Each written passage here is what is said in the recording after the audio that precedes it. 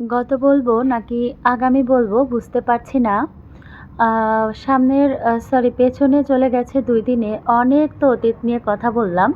আজকে ভাবছি আপনাদের সাথে শেয়ার করে ফেলি। সকালে একটু নিজেকে রিল্যাক্স ফিল করাতে রাতের বেলায় আমি কোন কাজগুলো করে থাকি।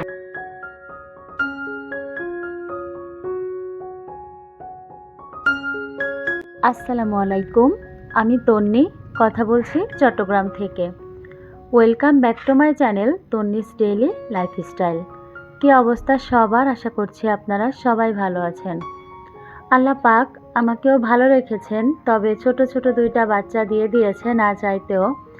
এত বেশি প্যারা আমাকে খেতে হয়, সারাটা দিন দেখা যায় একটা কাজ ঘুরে ফিরে ৫০ বার করতে হয়। মাঝে মাঝে বাবুদেরকেও অনেক বেশি বকাবকি করি, কারণ আমিও তো একটা মানুষ, তাই না? আর এখন তো আমি একটু কেক বানানোর কাজ শিখতেছি, বেকিংয়ের কাজ, সেই সাথে সেলাইয়ের কাজটাও শিখতেছি। এরপরে বাবুকে ইনশাআল্লাহ জানুয়ারি থেকে ওর ক্লাস শুরু হবে, ও যদি আল্লাহ চায় এবং আল্লাহ সুস্থ রাখে।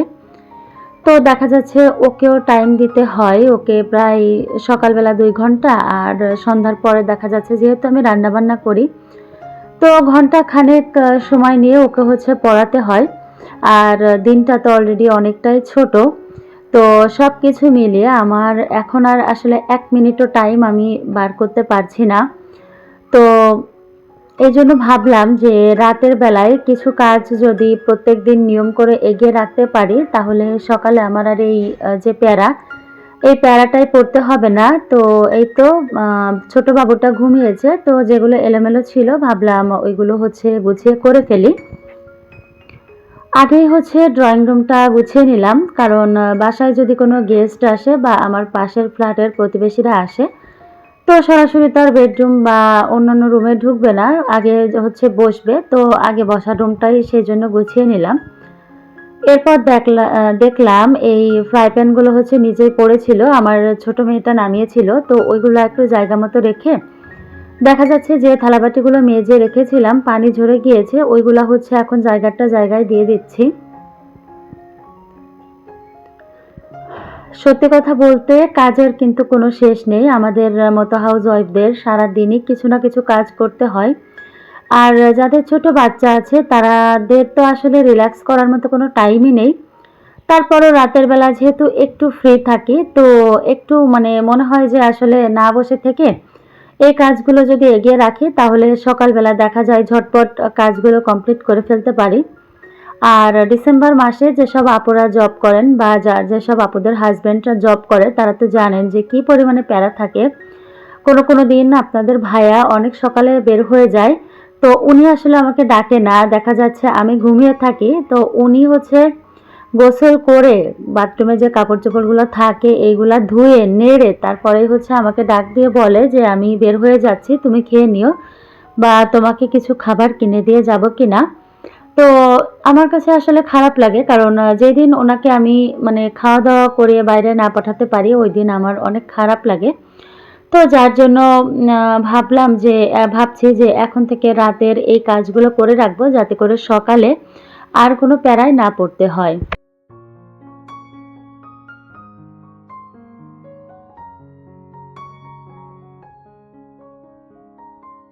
আমি কখনোই আমার ভিডিও কাউকে দেখতে বলি না। হ্যাঁ, তবে যেহেতু একজন কনটেন্ট ক্রিয়েটর, তো এটা আমার বলা উচিত। তো যতটুকু বললে মানানসই হয় ততটুকুই বলি যে ভিডিও দেখতে দেখতে আপনারা প্লিজ একটা লাইক করবেন এবং চাইলে চ্যানেলটিকে সাবস্ক্রাইব করতে পারেন। তবে আমার কাছে কষ্ট লাগে কোনটা জানেন? আমি যখন একটা ভিডিও আপলোড করি, তখন দেখা যায় কি ওই ভিডিওটা একেবারে 3 বা 7 এ থাকলেও একটা সময় পর অন এ চলে আসে। তো তখন আসলে আমি একটু আশা করি যে হয়তোবা আমার এই ভিডিওটাতে ভিউ ভালো আসবে, মনটাও বেশ খুশি লাগে। তবে আবারও দেখি যে একটা নির্দিষ্ট ভিউ হওয়ার পরে সেটাও মাত্র ৪৫ কিংবা ৫০, মাঝে মাঝে তো তাও হয় না। এরপরে দেখা যাচ্ছে যে আবার 7 অফ বা 8 অফ 10 এরকম চলে যায়। তো এটা দেখে আসলে আমার অনেক বেশি খারাপ লাগে, কারণ হবে না সেটা একটা ব্যাপার। তবে ইউটিউবটা কেন আমার সাথে এরকম করে সেটা বুঝি না। আসলে সব কিছুই দর্শকের পছন্দের উপর নির্ভর করে। আমি জানি না যে আপনারা আমার ভিডিওতে কী খোঁজেন। হয়তোবা কিছু একটা খোঁজেন বিধায় ক্লিক করেন, দেখেন, তারপরে আবার হচ্ছে দেখাটা বন্ধ করে দেন। যার ফলে ইউটিউবের কাছে এই ব্যাড ইমপ্যাক্টটা পড়ে, যার জন্য আমার ভিডিওর ভিউজ আবারও থেমে যায়। তো এই পর্যন্ত যদি কোনো আপু আমার ভিডিওটা দেখে থাকেন বা আমার কথাগুলো শুনে থাকেন, না দেখলেও হ্যাঁ, অনেক ক্ষেত্রে আমি যেমন হচ্ছে ভিডিও দেখতে পারি না, অন করে রাখি, কথাগুলো শুনি। পরবর্তীতে একটা কমেন্ট করে দেই। তো কোনো আপু যদি শুনে থাকেন প্লিজ আমাকে একটু জানিয়ে দিবেন যে আপনারা অ্যাকচুয়ালি কী খোঁজেন আমার ভিডিওতে, যেটা কিনা আমি আপনাদের দেখাতে ব্যর্থ হচ্ছি, যার জন্য আপনারাও আমার ভিডিওটা মন দিয়ে দেখছেন না। ছোট বাচ্চা নিয়ে কাজ করতে আসলে এত বেশি কষ্ট হয়। আর তারপরে তো বললামই বেকিংয়ের কাজ, টেইলরের কাজ এগুলাও শিখছি। তো সব কিছু মিলিয়ে না আমার কাছে মানে কি বলবো, সময় হচ্ছে যে নেই। তো আজকে হচ্ছে ঠান্ডা কম পড়েছিল। তো এইজন্যই হচ্ছে সব কাজগুলো এগিয়ে রাখছি যাতে সকালে আমার প্যারা খেতে না হয়। এ কথাটা তো অনেকবারই বললাম। তো আগে আমি একটা জিনিস মনে করতাম যে ডেইলি ভ্লগে হয়তোবা শেখার মতো কোনো কিছু নেই। তবে যখন আমার ১ম সংসার জীবনের কথা মনে পড়ল, তখন আসলেই বুঝতে পারলাম যে এই ডেইলি ভ্লগ থেকে যারা নতুন গৃহিণী আছে, তাদের শেখার মতো অনেক কিছু থাকে। সেটা যেমন তেমন, যারা পুরাতন গৃহিণী আছে তাদেরও কিন্তু শেখার অনেক কিছুই থাকে। কারণ অনেক আপুরা দেখি একটা কাজ যেটা কিনা আমি একটু কঠিনভাবে করছি বা সময় নিয়ে করছি, অনেক সময় অনেক ধরনের ট্রিক্স এবং টিপস তারা দেয়, যেটা দেখে কাজটা কিন্তু আমি দ্রুতই করে নিতে পারি। আবার অনেক সময় অলসতায় ভুগি যে কাজটা করব কিনা।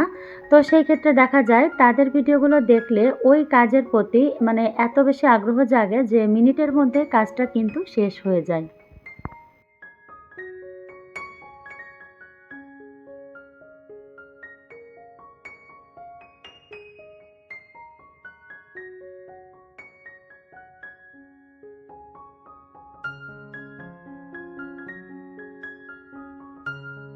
আমার আবার বেশি বড় ভিডিও পছন্দ না।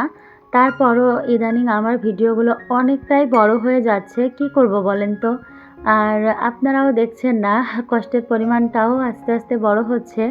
এত কষ্ট করে ভিডিও করেও তার কোনো ফলাফল আমি পাচ্ছি না।